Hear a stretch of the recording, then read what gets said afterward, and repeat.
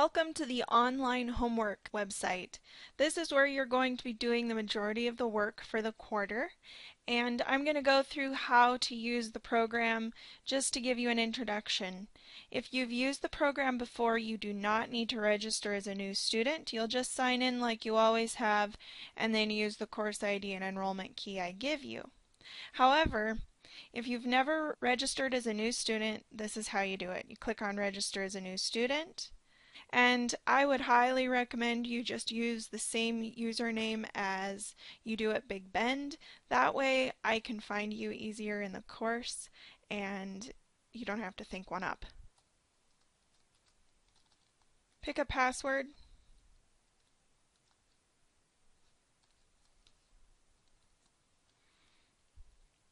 And then put your first and last name in there. And enter your email address. This one should be your Big Bend email. That way, when you get messages from me, it's going to send a notification to that email address, which is really important. Then, if this isn't already clicked, make sure you check this box. This is notify me by mail when I receive a new message. That way, if I send you any messages, you will get them. You'll also be notified in your email account. Go ahead and sign up. Don't enter your course ID and enrollment key yet, just sign up. So then it says new user sign up has been done. You're good to go. So we're going to go back to the main home page. Just click on wamap.org again. There you are. And you can use that username and password that you just created.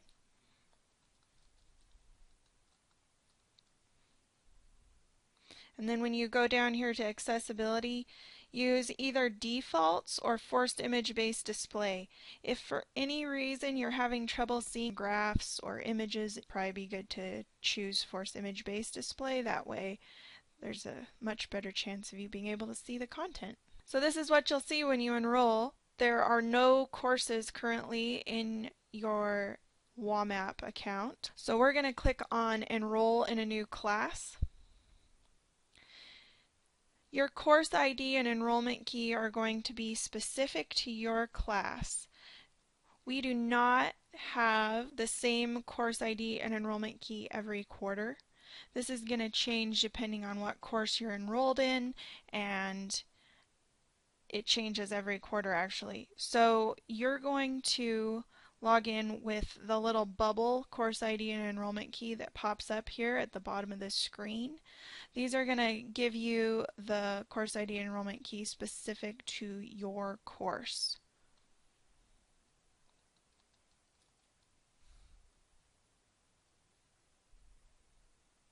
Once you've enrolled, then you'll click Return to the main home page, and look at that. There you've got a course sitting right there, ready to go.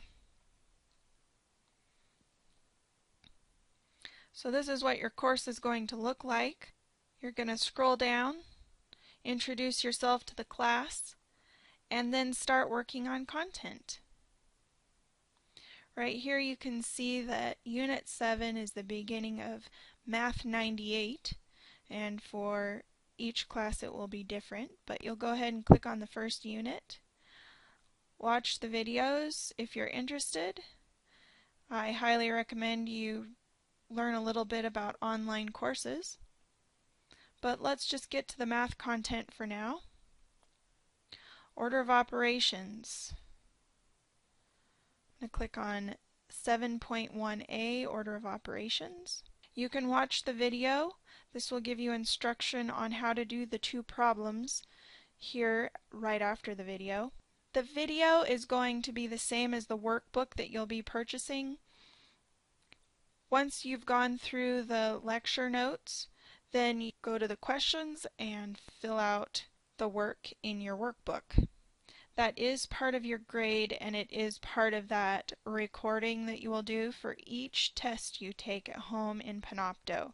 You want to make sure you show me each one of those workbook pages so I can give you credit for it. Now let's take a look at the questions. I have find 5 plus 4 times 7 minus 2. So let's see, 7 minus 2 is going to give me 5.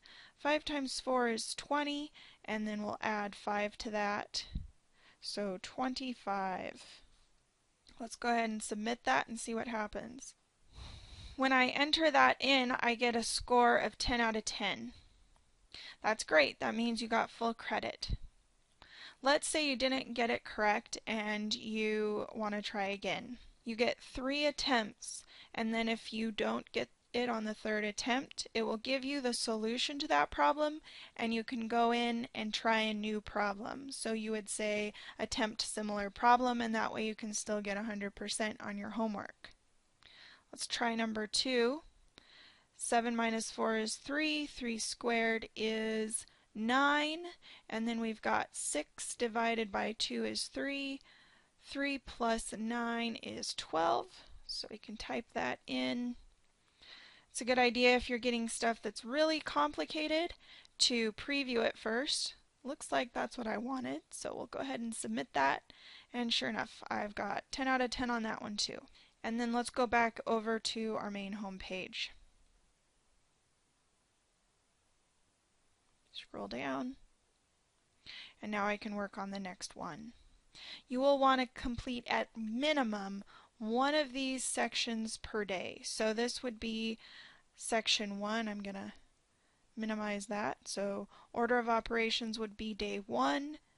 Evaluate and simplify algebraic expressions would be day 2, etc. Notice that it has the date assigned to it so that you know exactly where you are if you're ahead or behind the schedule. I try and stay 1 or 2 days ahead of the schedule. That way if you get stuck on something, you can always slow down and figure it out and then move on. Next thing I want to show you is the gradebook.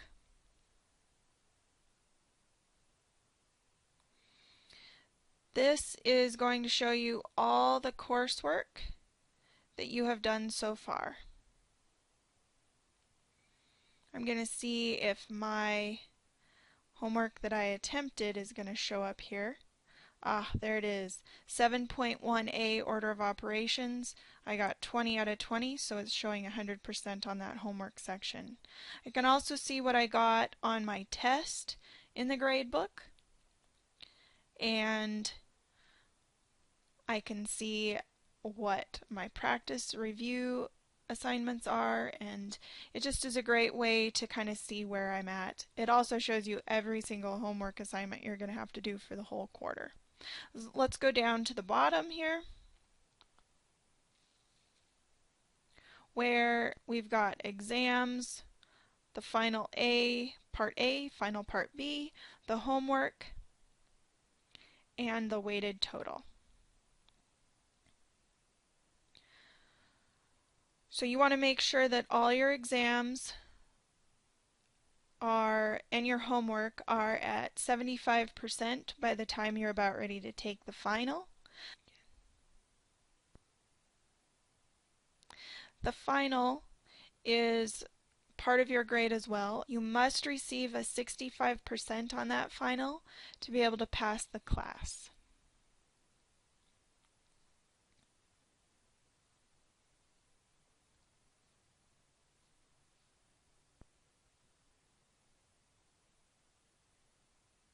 If you get stuck on any of the problems and you just have no clue what to do about it, you're completely stuck, let me show you how you can message your instructor here.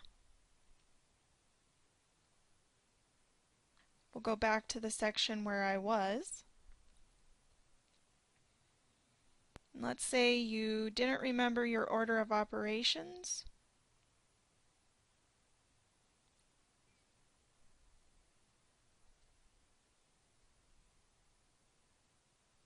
You can post this question to the forum. That way you can speak with the other students in the class about what's going on and get some help. They're going to have more access to this than I will, simply because they're going to be working on this a lot with you, and so they're going to be able to share with you more than waiting for me to look at it at the end of the day each day to make sure that everyone's up to speed. Because of this, you can post your thread. Just make sure that you give some explanation, maybe something like, I tried adding 5 and 4 first and it didn't work, and hopefully somebody can shed some light on that. And then post the thread. So then you'll be able to look at your forums to see if anyone's replied.